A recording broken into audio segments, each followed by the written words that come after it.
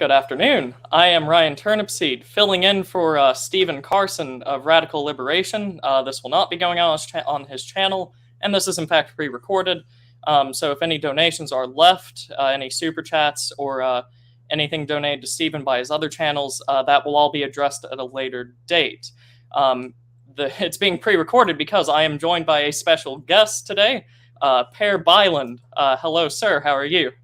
I'm doing great. Good to be with you. Wonderful. Now, I can already hear Stephen typing a DM to me saying, Bylund, it's Bylund, not Bylund. That's how the stupid Americans pronounce it. Could you save me the DM real quick and explain why I introduced you as such? Yeah, sure. I mean, I introduced myself as Per Bylund. So, and that's simply because, well, I mean, you have to choose your battles, and I choose the battle of the first name. So, in order to avoid Per and Pierre and Pierre and whatever else, at least I get to be called Per. But I mean, the Swedish pronunciation is Per Bylund. Okay. But the problem is that it's a Y and it's a U, and both are. I mean, the sounds of both are not in English. So they're both foreign for any native English speaker, which is problematic, right? Because then you get, like you said, Bylund, which is not Bylund, and that's like an attempt to speak Swedish that is not even close. Okay. So I go with Bylund. Alrighty. So introduction, hopefully up to the satisfaction of Stephen. I don't want to fill in for him and then tarnish his reputation as a very studious and active learner of other cultures. So there you go. Per Bylund, thank you for joining us today. You teach at Oklahoma State University. You've taught at a ton of other places. You have a very wide field of knowledge of which you could teach. I'm sure that we could get into that very soon. But being as you are at Oklahoma State University, that does mean that you are, I have come into contact with you. In fact, you are my professor. I'm going into the second and third class that you have taught me. So there is a connection there. I got accused of nepotism this morning when I was asked who I was going to be recording with. So you teach at Oklahoma State University, and it's in the field of entrepreneurship. So and more specifically, even than that, it's entrepreneurship from the perspective of the Austrian School. So a few general questions usually get raised. How can you teach entrepreneurship, and what does it entail? What do you teach if you had to summarize it? Yeah, that's a common question. And in a sense, I mean, the answer is both yes, you can, and no, you can't. And it's no, you can't, because I can't teach anyone how to make money and how to be a successful entrepreneur. So I can't teach students that, oh, if you just do this, if you follow this checklist, you're going to make tons of money. Because if there was such a checklist, then people would already be using it, and I would certainly not be teaching it. I would be using it. But it's also the case that if there was such a checklist, it would pretty soon not work anymore because people are using it. So obviously that's not what we teach when we teach entrepreneurship. Instead, we teach how to start a business, how to properly go about getting funding, how to target production, what to think about, things like that. So it's really about understanding the mechanics and the practice of starting and running a business, which really means how to avoid mistakes. Because I think most entrepreneurs, they make very costly mistakes because they don't know better. And that's sort of why we teach it too, right? That's the rationale for taking a course in entrepreneurship, because you can avoid those costly mistakes. You don't have to fail for the same reason that everybody else failed. Of course, if you produce something that no one wants to buy, then you will fail. But you don't have to. I mean, there are different ways you can go about figuring out whether what you're trying to do is valuable or not, and how to make it more valuable.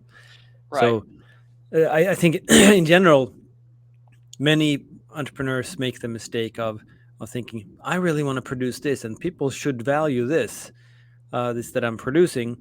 So I'm just going to produce it, and then you sign a lease for a storefront somewhere. You place an order with a manufacturer in China, and then you have container after container with this stuff being delivered, and you fill the store and you open the door, and there you go.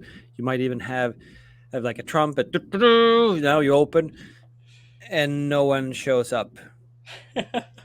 Right. But that means that you're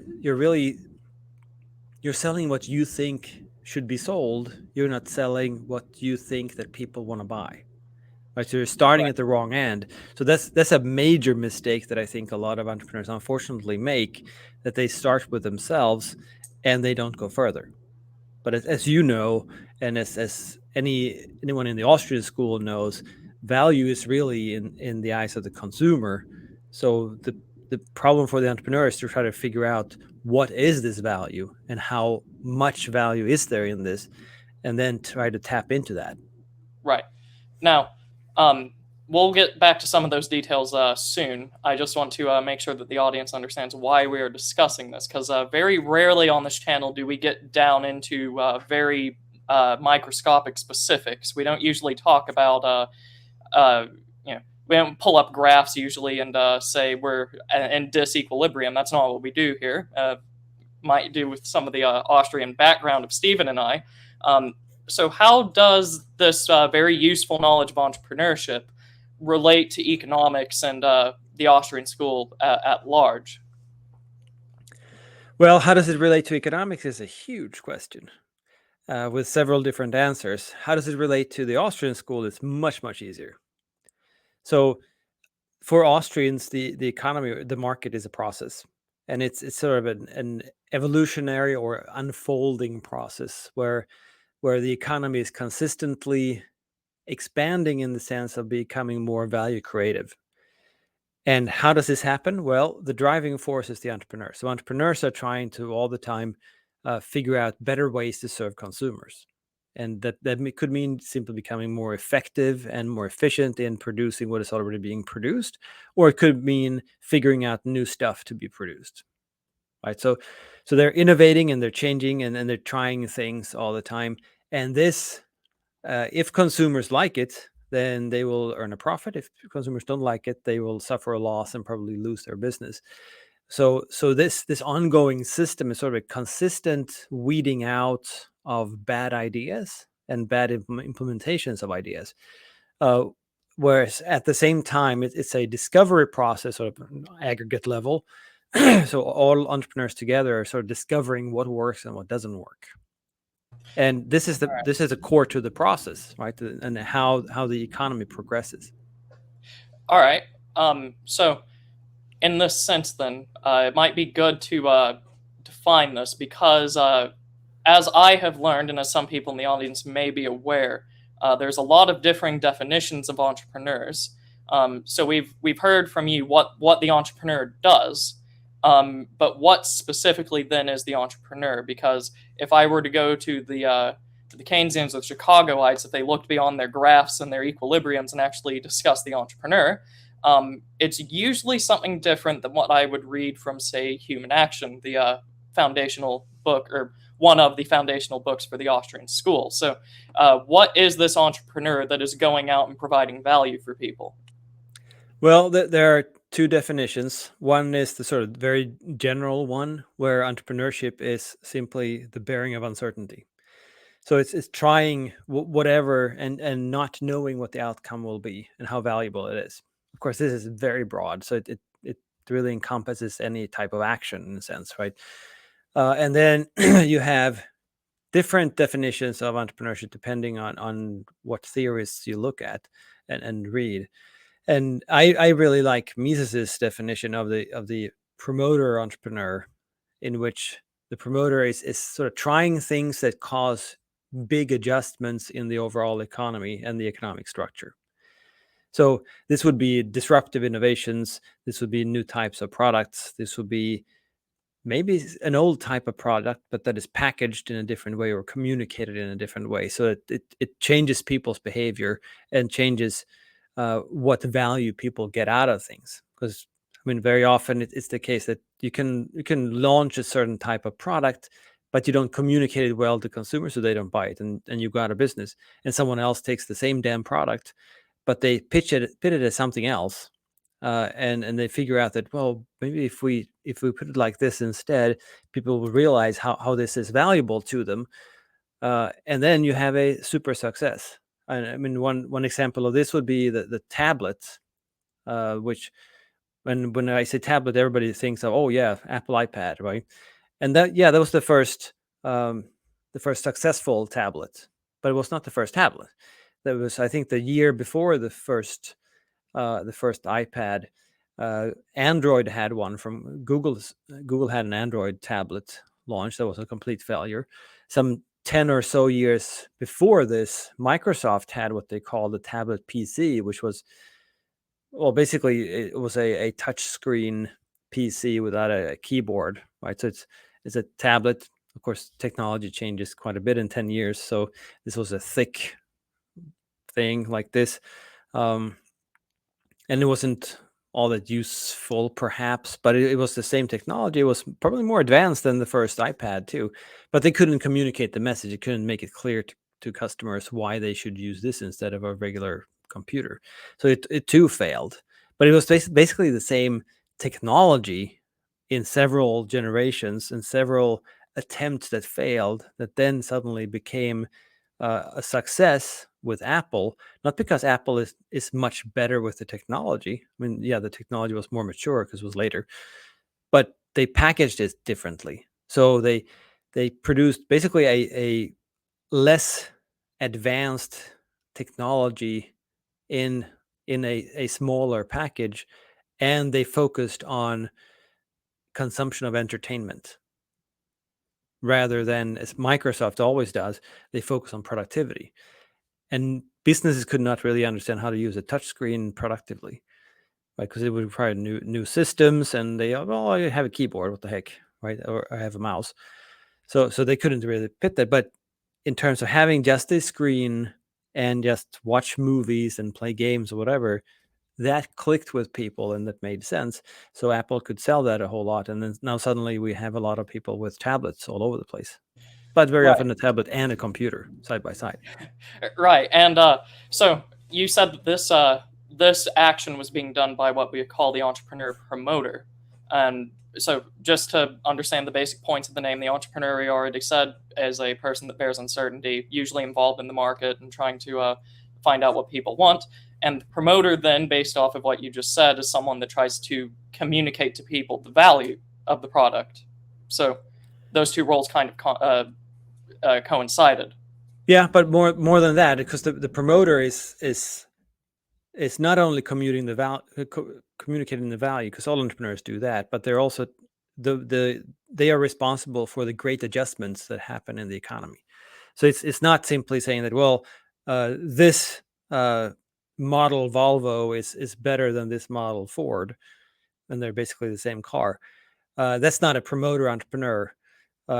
It's simply selling, right? But instead, being the first one to offer an SUV, say, would be, if it's successful, it would change completely what types of cars are being sold, and what types of, well, I mean, it would change probably the infrastructure and everything like that too, because suddenly people have bigger, bulkier cars. Of course, safety in traffic will change too, because suddenly anyone in an SUV would be higher up, which of course means whoever has a sedan is in trouble. So it changes everything, and people start to make different decisions about their purchasing and their selling and their behavior as well. So promoter is sort of I guess the hero of the market process, because it's the force for shifting the direction of where the market is heading. Right. So that leads into something else. I was going to ask two questions, but I think we'll get the idea if I just ask one. So the entrepreneur promoter then offers a new product which changes things, and then as a result, people change around it. Uh, you could say the society changes around what the entrepreneur provides. And even earlier, I think you mentioned disruption or destruction, even coming from the entrepreneur. So some people in the audience who might be familiar with older literature could remember a term, creative destruction. So if it seems counterintuitively named, it's a basic question that I've gotten though, so I figured I would ask it just to save time for someone out there. What do you mean by creative destruction or disruption? Like it seems like they're trying to provide something of value. People are changing. Is that really disruption? Right, and it's disruptive to the fabric of the economy, you could say, or production overall, because you're basically replacing what was being done before. So, what Schumpeter meant with creative destruction was, and I agree with you, it's not a very good term.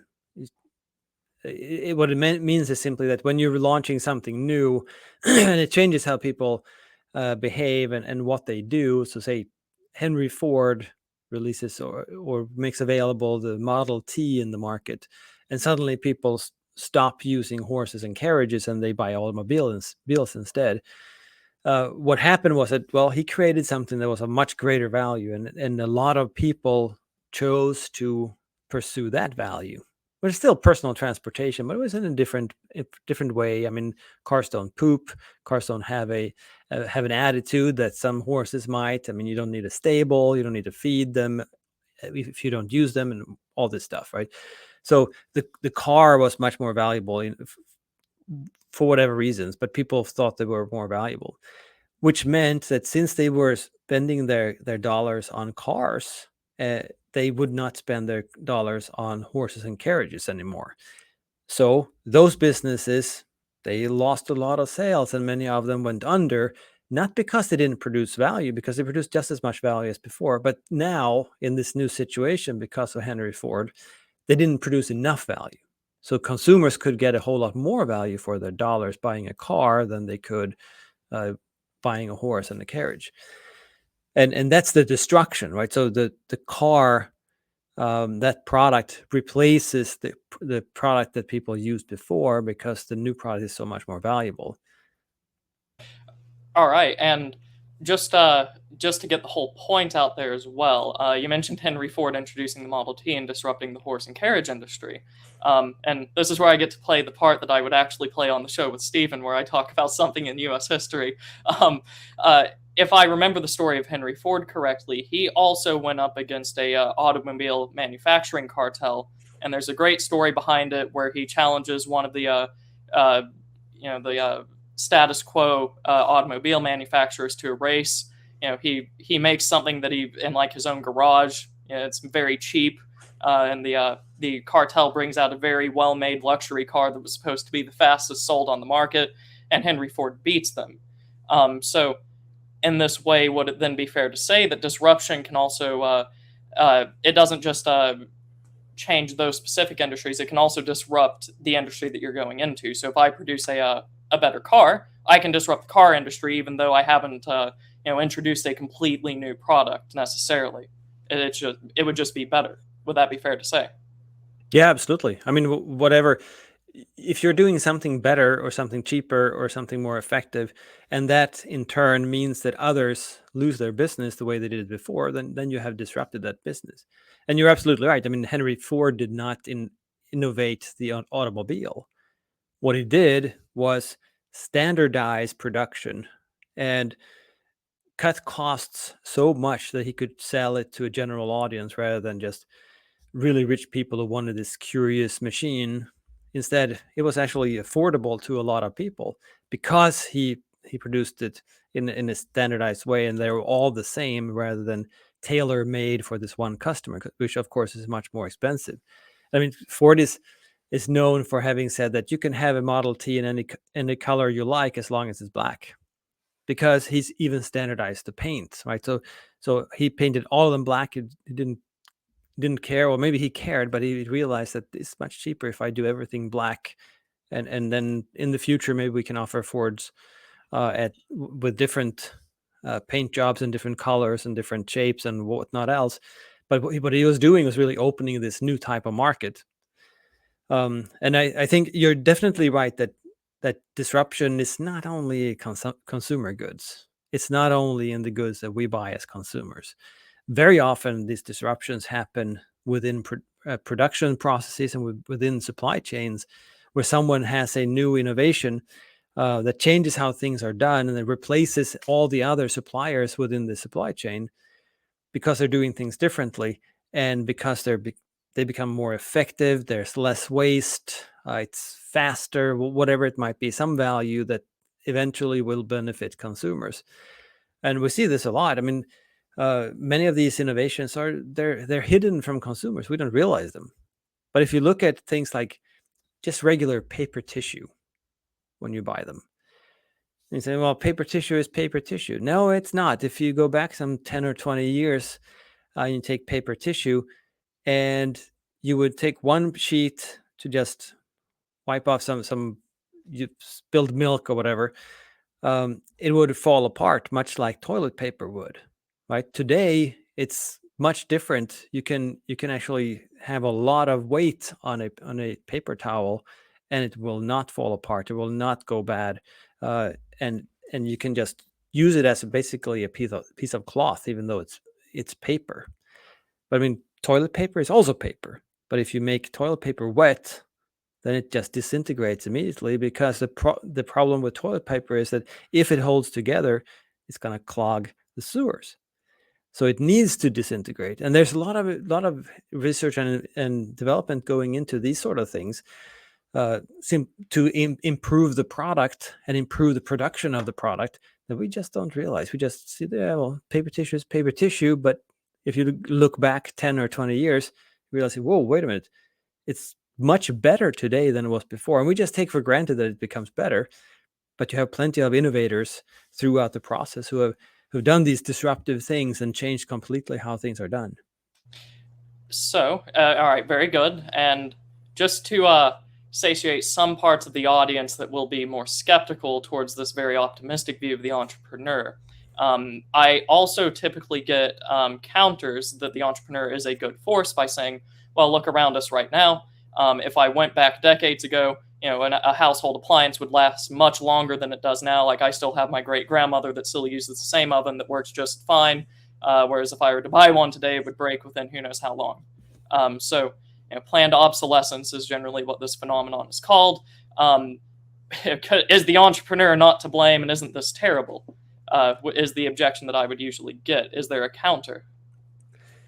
Yeah, of course there's a counter. I mean, what entrepreneurs do is not try to produce the best damn product that they could produce, technologically speaking or engineering wise.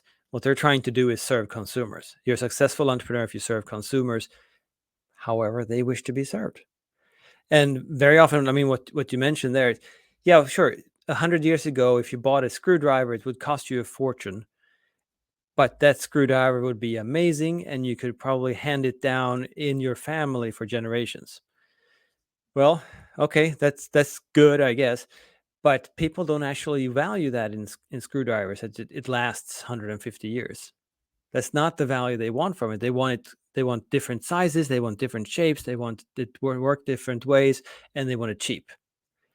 So if that is how they value it, then they would rather have one that they could use a couple of times and then they lose it, or they throw it away, or it just goes bad, doesn't matter. And then they buy a new one whenever the next time they go to IKEA and they need to assemble their furniture. Right. And then they just buy a couple of screwdrivers too, because whatever. So because they don't remember where they put them, and maybe they moved and it's in a box somewhere or what have you. But it suits consumers in general. Potentially, I'm not saying this is necessarily the case, but it seems to be the case that consumers find it more valuable to have screwdrivers that do not last as long. So, sorry, I didn't mean to cut you off. No, I mean, you mentioned planned obsolescence too. That it's and there's a different issue there. That at least it's claimed that some high-tech gadgets like smartphones and things like that, they are produced so that they will go bad, so they can sell new generations of smartphones. There might be some truth to that. I'm not sure. It would take a lot of effort and a lot of technological know-how to make them go bad at a certain time rather than too soon. And I mean, what we're seeing with smartphones and such gadgets is really that technology is improving so fast that after a couple of years, well, I mean, if you are to update the software to run on all these technologies that have been used for years and years and years, it would take, well, a lot of money and a lot of effort. So it's simply not worth it. And very often the new features that are offered on the smartphone today, they weren't even possible to use on a smartphone 3 years ago because the technology, the actual hardware was different. So Right. it's, I mean, I think it's an exaggeration to say that, oh yeah, they develop smartphones and they have this secret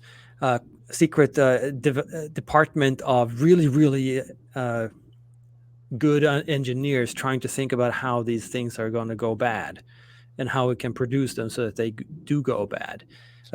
I don't see how there could be any value in that when with these companies want to cut costs, right, in order to sell their product. Right. So then on the first point, it's a more question of the consumer and what they actually want rather than a question of the entrepreneur. If people want something that would last less, have less of a lifespan, but would fill a need right now for cheaper, it sounds to me like that is more of a question for the demand side of things, as it often gets touted the consumer rather than the entrepreneur, which would be providing the thing.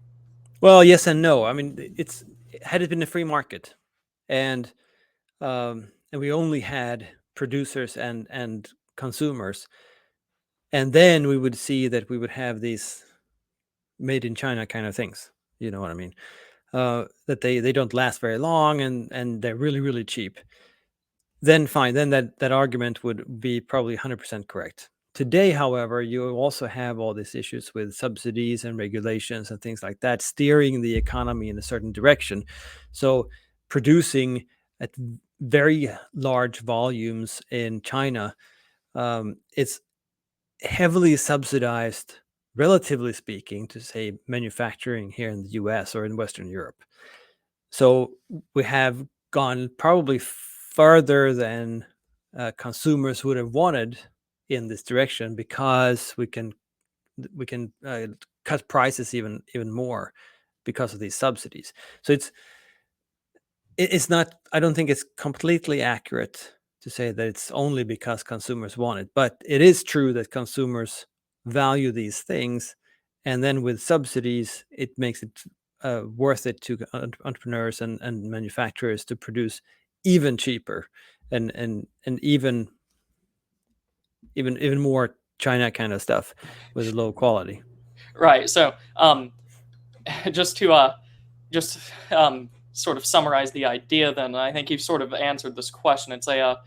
It's not even necessarily the consumer side of things that's causing this. Why is everything becoming less and less in quality? It would be state intervention, you're saying, with subsidizing trade agreements, restrictions on where to produce and how to produce, that makes things easier to produce at less quality in China or wherever it is in the modern day that you would be watching this. That would be why quality has gone so down. And it would also answer the question, why is it that if I go to the store, everyone complains about how low quality everything is, but something higher quality doesn't just get offered that knocks all the low quality stuff out the park? You're saying it's due to intervention.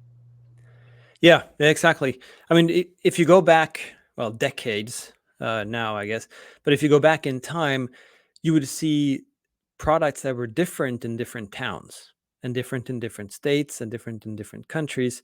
So I remember when I was in college, which is not that long ago, so don't go there. Then my mom thought it was very fascinating to come with me to the town where I went to college, which was some 350 kilometers from where I lived. So what was that, 200 miles or something?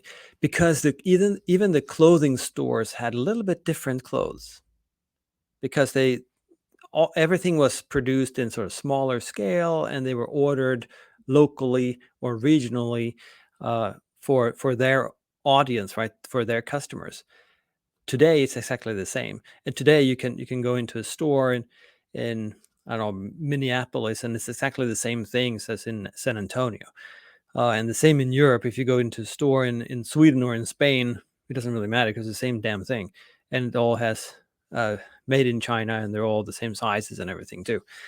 And that is due to intervention for sure, but it's because of this the hyper standardization that we're seeing is not really driven by consumer demand, because consumers would want a little bit different things in different places, but it is because the economies of scale have been greatly exaggerated through subsidies. So it probably would be both cheaper and of greater value without any such subsidies to produce at smaller scale with more diversity in the product. But because you have all these high regulations and taxes and everything in the West, whereas in China, they actually subsidize production of products for us. And they produce these huge factories where they can just pump out billions of low quality things quickly. It means that we get this hyper standardization at super low cost, and then we just pump this out throughout the world.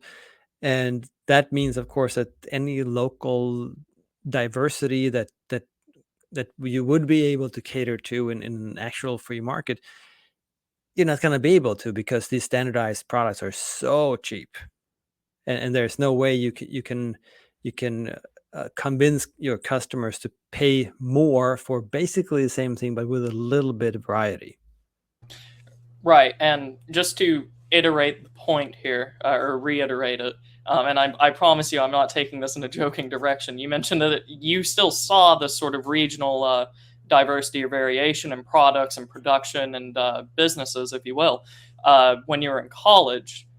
Just for those that don't know who you are, how old you are, when were you in college? When was this non-standardization still in place?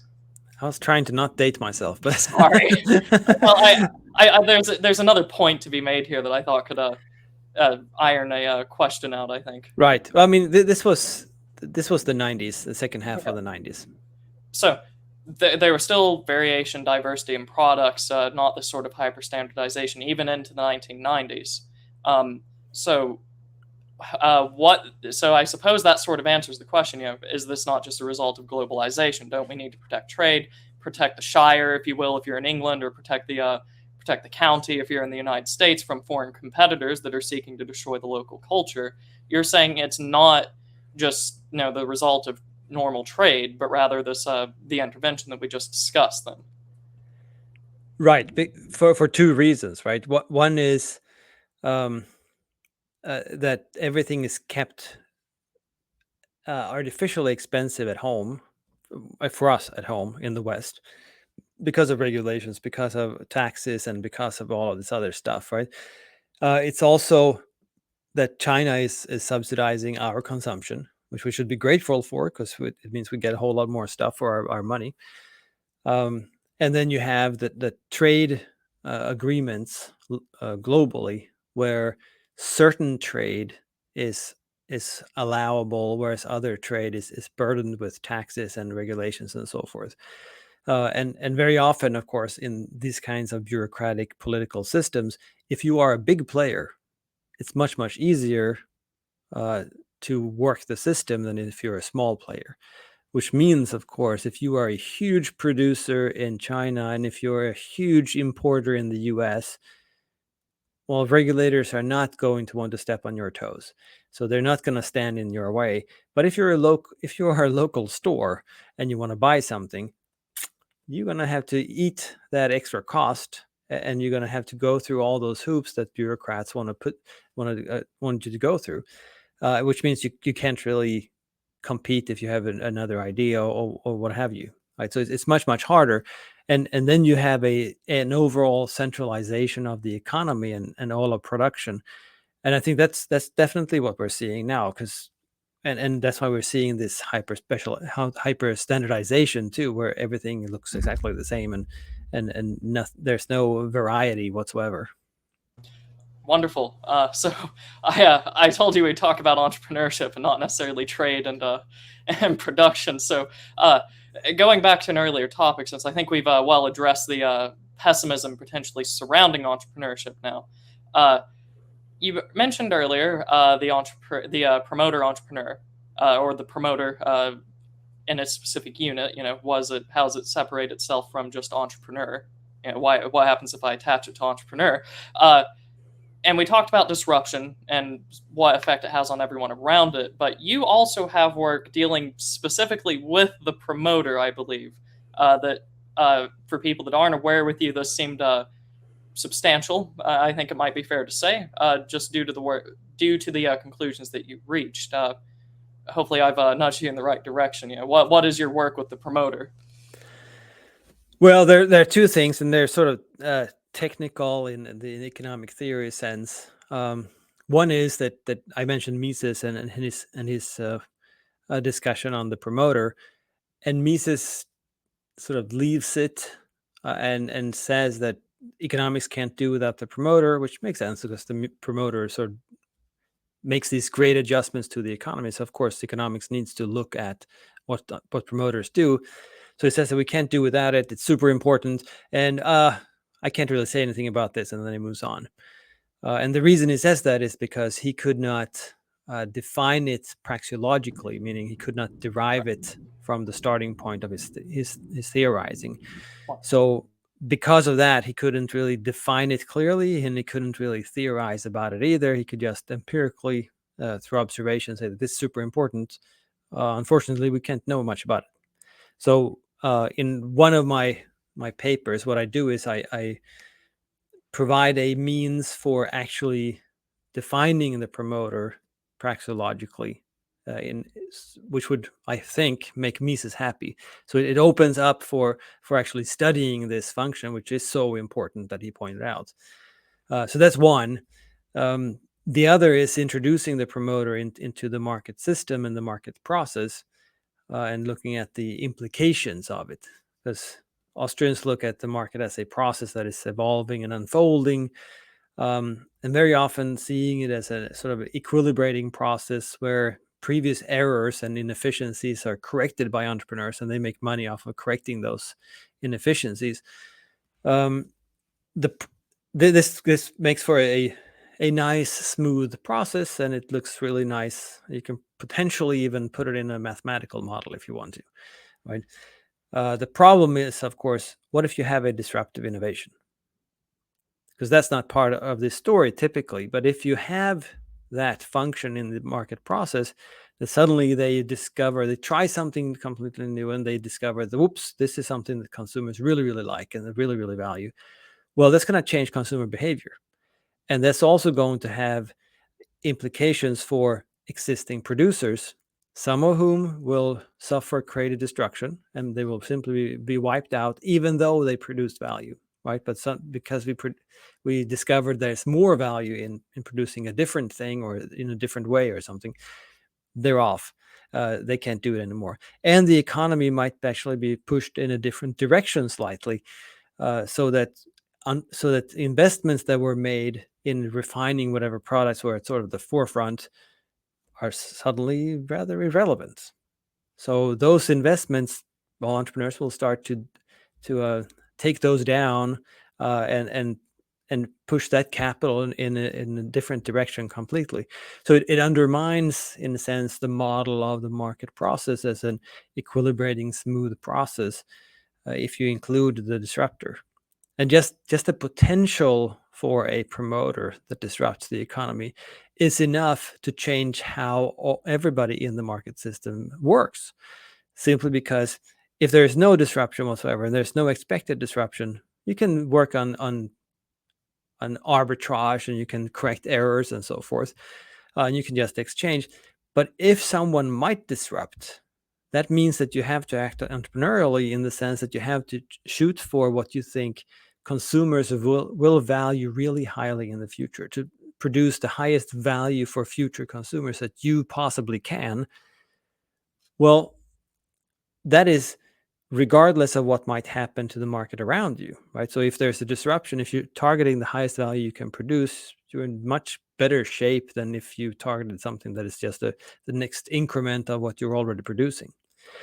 Well, that also means that you might be the disruptor, right? So anyone then is always aiming to be the disruptor, because they're aiming for value instead of aiming for production. So it's a different the driving force becomes different in the market process altogether if you include the disruptor, and that completely, in a sense, changes the model for how the economy works in a way that I think even Austrians have sort of not necessarily overlooked, but they have at least uh, toned it down quite a bit and not really looked at it. But I think that is super important because it changes the story almost completely. Right, and just because I'm going through economics classes right now, they're all very mainstream. Where it's basically all from Marshall. Everything's about equilibrium and quantity demanded, and aggregate demand, aggregate supply, things that make me want to rip my hair out, quite frankly. But And that's a lot of hair too. everything in this sort of mainstream economic world is all about finding equilibrium, trying to get things to equilibrium. And if equilibrium is bad because a moralistic policymaker has decided that people should not have this, or people should have much more of this, trying to move equilibrium. But what you've just told me is that the existence, the fact that the promoter exists, pretty much makes that either extremely hard or impossible to plan around, just because that's naturally there and naturally working, does it not? Yeah, exactly. You can't rely on the structure of the economy around you.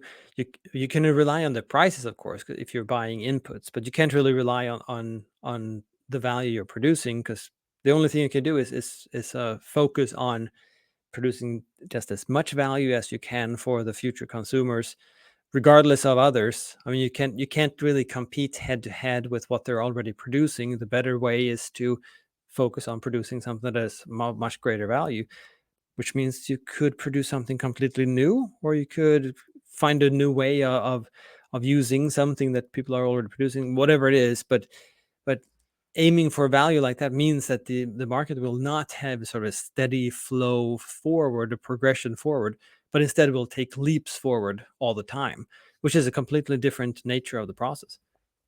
Right, and my love for mathematics tells me that this would be almost impossible to graph, being as the functions are not necessarily constantly changing, because then that would be able to be predicted.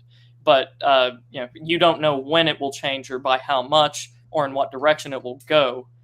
So, which means that if I want to make a strictly mathematical model saying that people will buy this, tomorrow or something like that, uh, the existence of the promoter makes that almost impossible for me to accurately, say for certain people will buy this tomorrow, because I have no clue, what is something new going to be provided tomorrow? Is it the new release of something? Has the season changed and people want something different, and that's been communicated to them, and a new product's been offered to that accurately took this into account.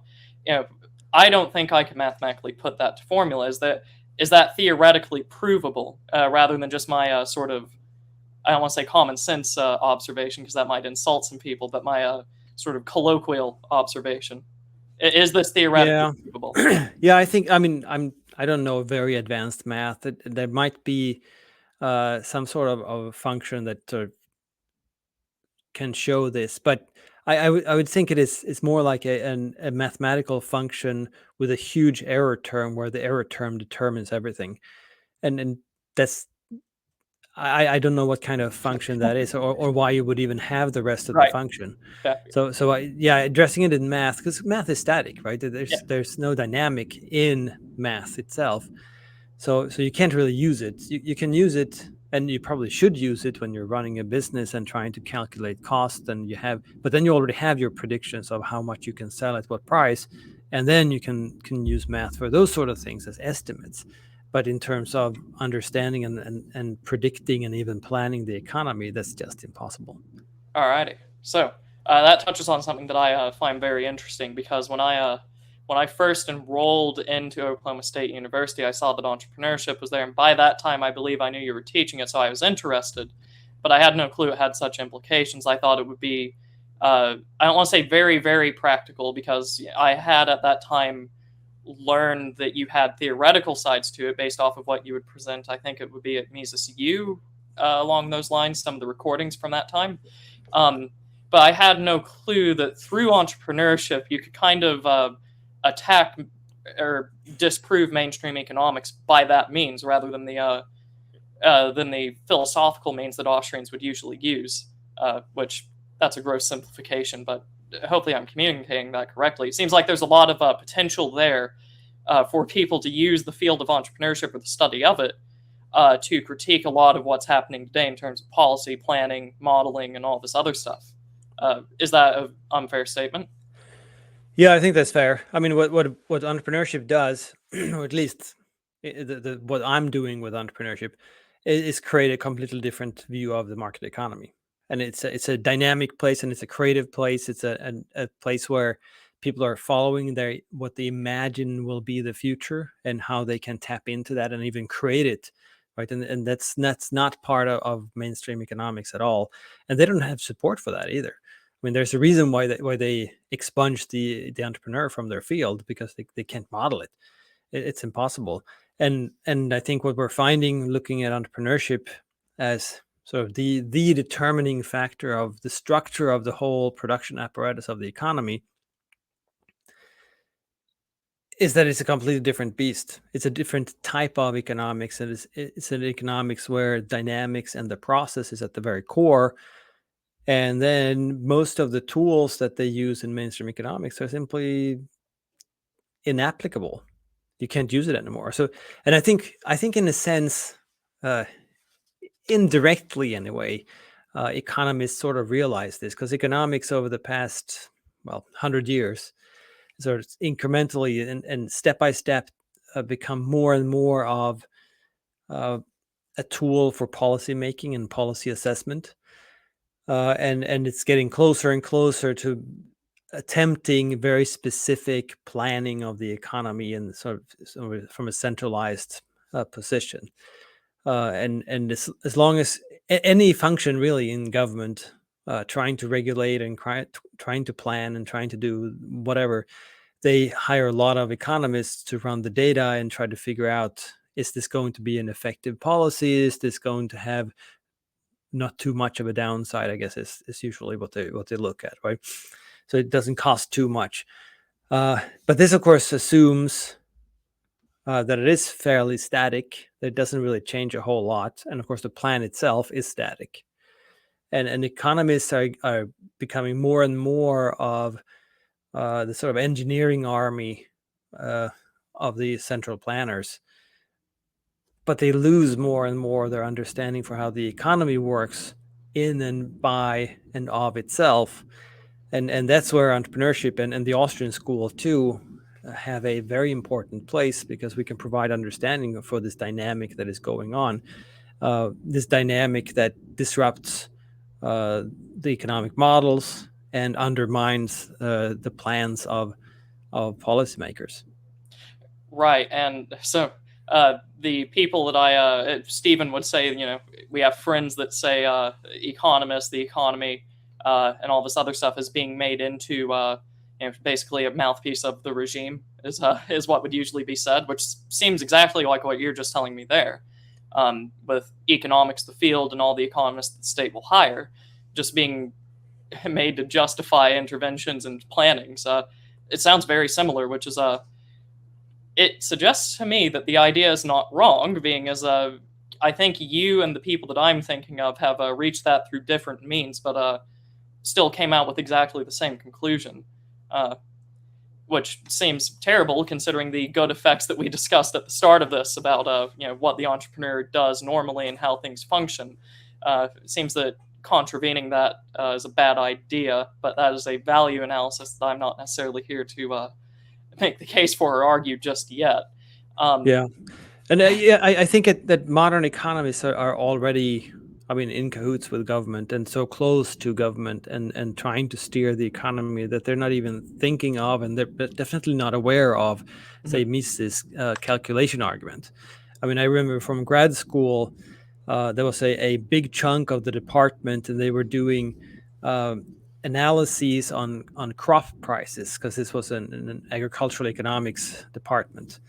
And what they were doing was using all kinds of data, both surveying farmers. They used satellite images that even had airplanes taking pictures of fields.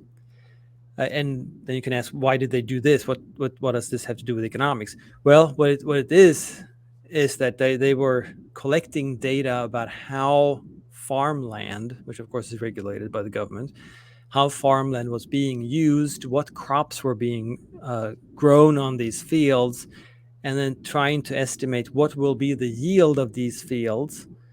And then, given some model they have of what will be necessary to have in production and what consumers will want, say corn for ethanol and cornflakes and whatnot else, right?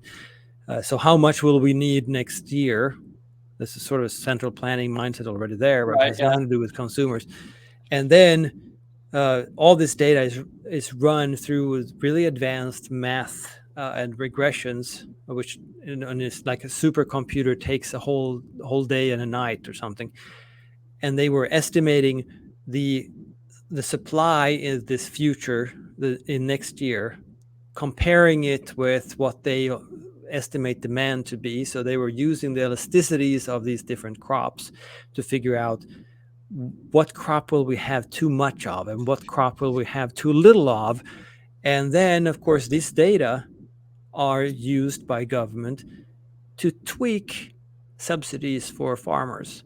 So say these data the data jobs will figure out that, oh, wait a minute, look at this, the price of cotton will be a little too low, and the price of I don't know, wheat will be a little too high. Well, that means that we need to subsidize wheat a little more, so we get a little more wheat and get the price down, and subsidize cotton a little less. So they were already tinkering with and sort of in detail planning agricultural output for the U.S. economy, which we would like to think of the U.S. economy as sort of a market economy, or at least a mixed economy. But in agriculture, this, of course, a single individual farmer will plan how to use his land, the yields that he can expect. And nowadays, it's sort of, it's not like back in the day when, oh no, it's bad weather and you don't get any yield whatsoever. Now it's pretty standard. You can say, well, if this much land, you get this type of yield, right? So of course the individual farmer plans, but here you had a department in the university spending a lot of resources, being funded, of course, by the government, to provide government with the data so that the government can tweak the subsidies that will basically coerce the farmers into changing what they're growing on their fields so that they can meet the future market situation the way the government sees that it will be, or that they will make it so. Who knows?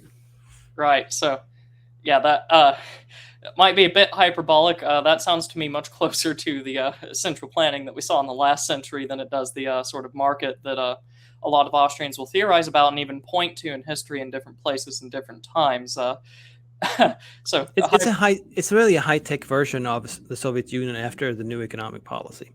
Okay, yeah. So you have not really small time farmers, because most farms are huge operations nowadays, but they're privately owned, but they're really working under government, because government is indirectly pushing them one direction or the other through subsidies to produce one thing and not the other. Right. So they're really part of the state apparatus in a sense, even though they're making private profits. Right, and that opens a whole new topic that I'm afraid to go into, being as I'm nearing the time that I told you we'd spend. That seems like a lot of areas of society, not necessarily just the market, that the state has done that in, where they will make predictions on how people will act, and then try to alter incentives or disincentives to get people to act in a very specific way. The World Economic Forum comes to mind, and how they will work with governments to get people to, accept certain living conditions, and have a certain type of diet, things along those lines. And I know for a fact that you've been looking into the World Economic Forum. So tell me, who has not, read specifically into the World Economic Forum, just its predecessors, is this also happening in other spheres of society then? Is this sort of I don't want to say neo-Soviet, but this very central planning it seems like a very much a central planning system that's been implemented everywhere, isn't it? Yeah, I think that's right. And I, I mean, the World Economic Forum might be involved in that, but I think it's also built in politics itself, that politics wants to rule and it wants to plan, and it doesn't want any surprises. I mean, any uncertainty means that you might lose the election and lose your job, right? So you want to plan and make sure that there's like no chance for deviation from the plan.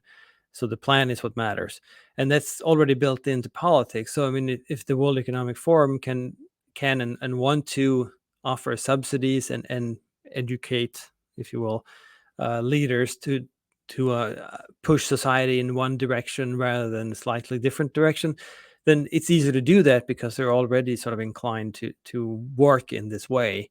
And I think what they're trying to do is provide an agenda, communicate an agenda, and also create sort of the networking tool so that political leaders in many different countries can work together towards this end, whatever it might be, eating bugs or whatever.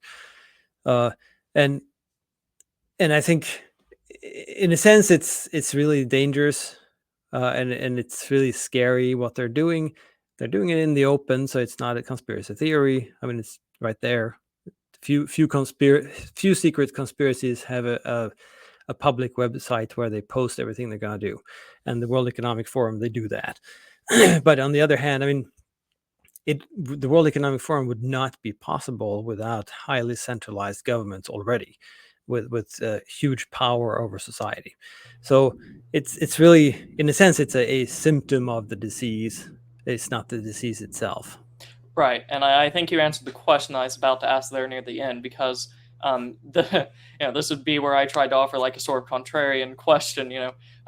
We've had politics for quite a long time, and I can recall a few times in history where the government or the person leading the government has decided we're going to very softly and totally move a society in one direction. It will happen brutally sometimes, which is not what we're seeing now. I haven't seen the U.S. government, nationalize whole industries to tell people this is what you're going to get now. Rather, it's just very soft manipulation, trying to increase or decrease prices, trying to subsidize things, trying to educate people, trying to educate leaders. I can only think of a few times in history that happened, but near the end of your explanation, I think you've hinted that it's a centralization problem rather than just the nature of human politics problem. Is that fair? Yeah, I think so. And I mean, power always tries to get higher up, right, in the hierarchy, and we see that all the time. That I mean, just to mention one example, Sweden, where I'm from, um, the discussion is always how can we deal with that different parts of the country have different services and different standard. Uh, Healthcare is better in one end of the country, but not than in the other. How are we going to solve this? Well, the obvious solution to any politician is to make it a national issue rather than a regional one, right? So just lift power a little higher up, then it's going to be the same, which of course means then you can't see any flaws because they're the same everywhere. So it's not going to be better, it's just going to be the same. And then of course, what happens nationally? Well, if there's any problem nationally, well, there are some problems that we need international power in order to deal with. Well, then you have the European Union, and the European Union can't really affect any change in, say, the Middle East or Africa or whatever. So then you push power up to the United Nations, or what have you. So and that politics is always trying to do that, which means, just like with the standardized or hyper standardized production we talked about before, it's a one size fits all, and we know that doesn't fit anyone really. Um, so the obvious solution, if you're actually looking for value and a solution that is valuable to people, is to push power down as much as possible. But politics is not about that. Politics is about their own grandeur and prestige. So it's about pushing power up and then hoping that you, the politician, uh, get the prestigious position of being world emperor. Alrighty, magnificent. Now, I promise you that we would just take an hour. So I will. I think we'll wrap up here. And just as a postscript, I'm afraid I might have undersold you just slightly near the beginning, because you're not just a. You don't just theorize about entrepreneurship. and I was shocked to find this out myself whenever I first talked to you. You've studied in political science, entrepreneurship, economics. I suppose I shouldn't say you studied in entrepreneurship. I suppose you write that stuff. Rather, you've studied political science, or economics, computer science. Am I right in remembering that correctly? Okay. Yep, you're right. Yeah. Involved in politics, so I'm sure that if I ever invite you back on, we could have a nice stream going into the exact nature of political operations and how disgusting it could be. I've seen the beast from inside. Yes. Yeah. So, well, just because I'm not sure even people that have heard of your work would even know that about you. Just as sort of a very quick postscript, so I don't undersell you with my short introduction at the beginning. What did you do in politics? What did I do in politics? Okay, so I was involved in party politics in Sweden for 10 years, and I held a number of positions within like the broader party apparatus with all the different types of organizations that are part of that. And at the end, I was elected for office for municipal council, where I also served on a couple of committees in charge of education, and I can't even recall what the other one was. But that was sort of I guess that's as far as I got, because I didn't actually aim for a career in politics. So I could probably have been elected to, I don't know, the national parliament or whatever, had I really wanted to go that way, but I didn't want to go that route. And at the end, I realized it was very clear to me that politics is not the way to affect change in society. It can only go one way. It looks only to one thing, and it's power. So if you want to get rid of power, then politics is not for you. Alrighty. So now I think that I have definitely not undersold you in any capacity, unless you have an objection. Hopefully not. That would be very awkward. So with that being said, thank you for joining me. Hopefully the audience, whenever they eventually see this, has found this very fruitful. I'm sure in the future, if I have not tired you by that time, I could have you on again for a variety of different topics that we've opened up today. I think it's after the class that I took from you last semester, I think it's fair to say we only got to the very basics of entrepreneurship here. But that just means there's a lot more to discuss and go over in the future, should you be willing to come back on. So thank you very much for joining us. It was a pleasure. And with that, I think we're ready to wrap up. So goodbye.